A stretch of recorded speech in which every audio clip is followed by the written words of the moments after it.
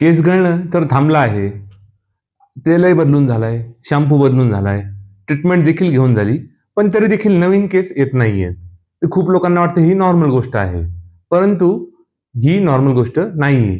कारण केस गळणं थांबणं आणि नवीन हेअर ग्रोथ होणं ह्या दोन्हीही गोष्टी वेगळ्या-वेगळ्या आहेत. केस गळणं थांबलं आहे याचा अर्थ अर्धवट ट्रीटमेंट झालेली आहे. तर केस गळणं थांबणं आणि नवीन केस येणं हे गोष्टी वेगळ्या-वेगळ्या आहेत. परंतु केस गळणं थांबल्यानंतर नवीन केस येण्यासाठी केसांच्या मुळांना ॲक्टिव्ह करावं लागतं. म्हणजे हेअरचे जे रूट्स आहेत त्यांना आपल्याला ॲक्टिव्ह करावे लागते.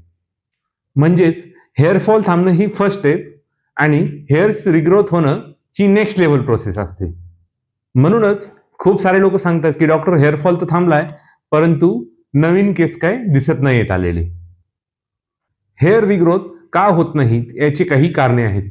तर ती कारणे आपण आज समजून घेऊयात. सर्वात कॉमन कारण जर असेल तर ते आहे की स्काल्पपर्यंत ब्लड सर्क्युलेशन प्रॉपरली न होणं.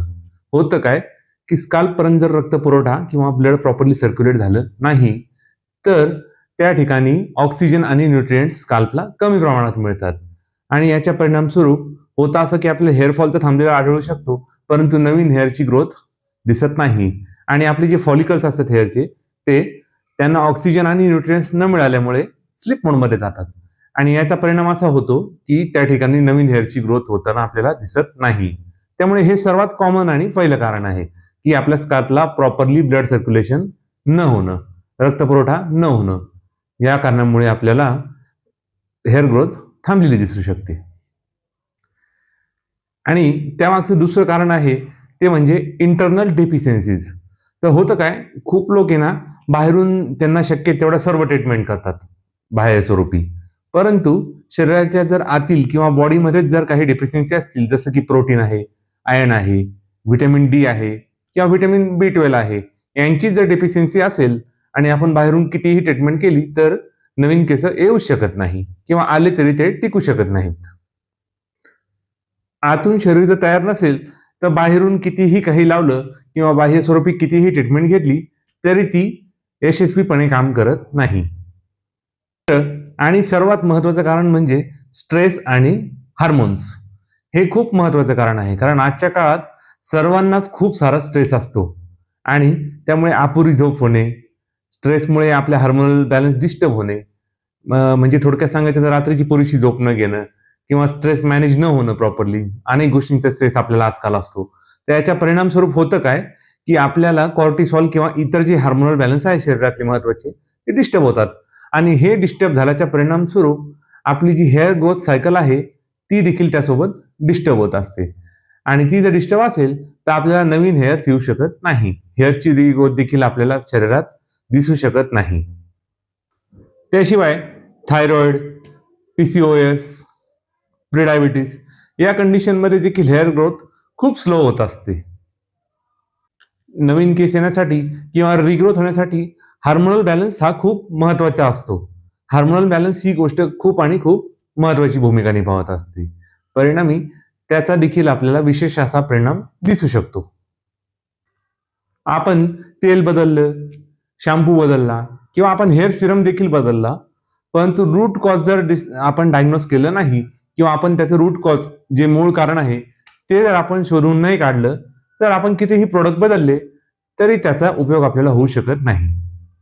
हेअर फॉल आणि रिग्रोथ हा कॉस्मेटिक प्रॉब्लेम नाही तर हे मेडिकल साईन आहे. त्यामुळे आपण केवळ बाह्य प्रोडक्ट्स बदलून त्यातून रिझल्ट येईल अशी अपेक्षा ठेवू शकत नाही. प्रोडक्ट बदलून प्रॉब्लेम सुटेल हा सर्वात मोठा गैरसमज आहे. जे हेअर फॉलिकल्स पूर्णपणे डॅमेज झाले आहे तिथे रिग्रोथ शक्य नसते. परिणामी योग्य वेळेत ट्रीटमेंट सुरू करणं ही खूप महत्त्वाची गोष्ट आहे. आपण जर उशीर केला आणि हेअर फॉलिकल्स जर पूर्णपणे डॅमेज असले तर त्या ठिकाणी पुन्हा नवीन हेअर येऊ शकत नसतात. ते जर परमनंटली डॅमेज झालेले असले तर आपण कितीही प्रयत्न केले तरी देखील त्या ठिकाणी नवीन हेअरची ग्रोथ होत नसते. थोडक्यात हेअरची रिग्रोथ तिथे पॉसिबल नाही होत. त्यामुळे योग्य वेळेत घेतलेला निर्णय आणि योग्य वेळेत घेतलेली ट्रीटमेंट ही खूप महत्त्वाची भूमिका निभावत असतात.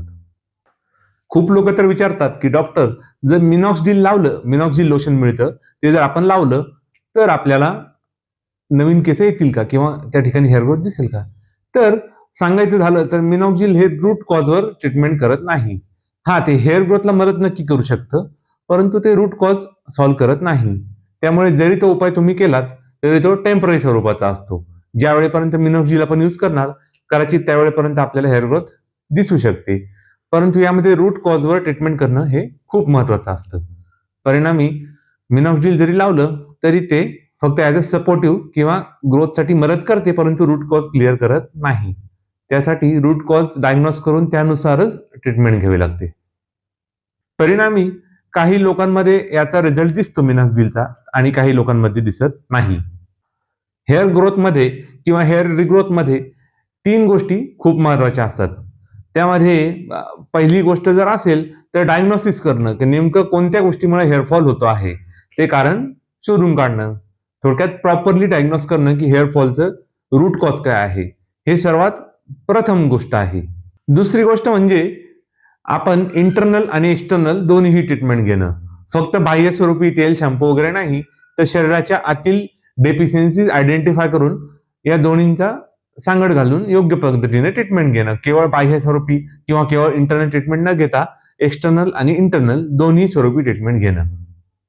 आणि तिसरी गोष्ट असती ती म्हणजे कन्सिस्टन्सी.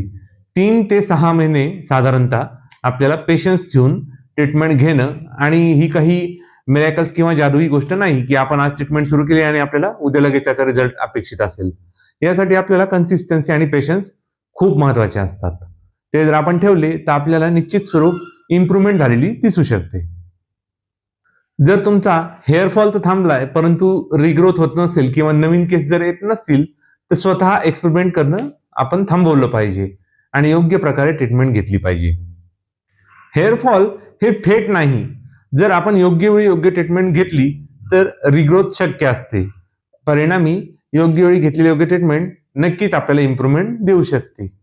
कॉन्टॅक्ट डिटेल्स इंस्टाग्रामच्या प्रोफाईलमध्ये दिलेले आहेत. अधिक माहितीसाठी आपण संपर्क करू शकता आणि अधिक माहितीसाठी या पेजला फॉलो करून सबस्क्राईब करा आणि शेअर करा माहिती आवडल्यास.